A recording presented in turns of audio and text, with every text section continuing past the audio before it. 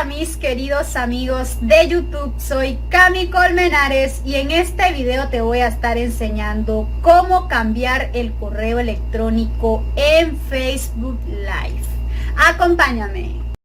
Lo primero que vamos a hacer sería irnos a menú, luego vamos a buscar donde dice Facebook Live.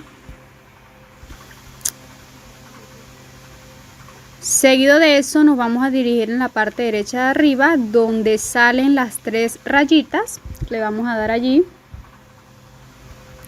Luego de eso vamos a buscar donde dice configuración. Allí nos van a salir varias opciones, las cuales vamos a seleccionar la primera, donde dice información personal. Actualiza tu nombre, número de teléfono y dirección de correo electrónico.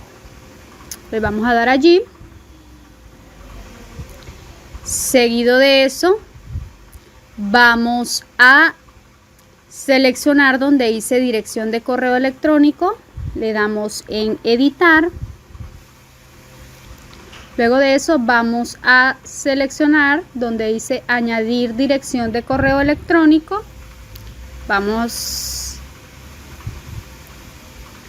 Allí nos dice añade una dirección de correo electrónico adicional, porque ya tenemos uno y lo que queremos es cambiarlo.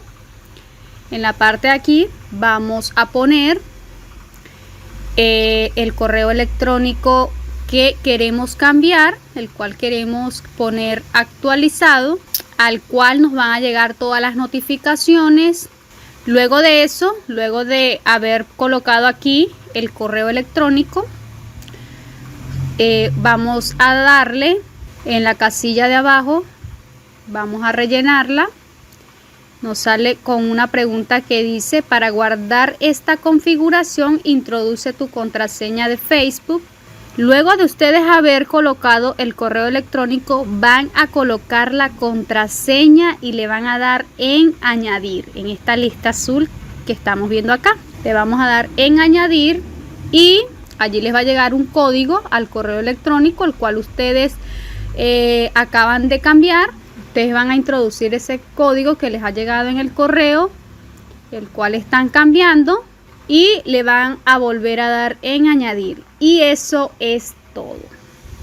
Bueno, mis amigos, esto fue todo. Espero que te haya gustado el video. No se te olvide estarme apoyando con un me gusta o dejando un comentario. Suscríbete en mi canal, tu canal. Hasta la próxima. Bye.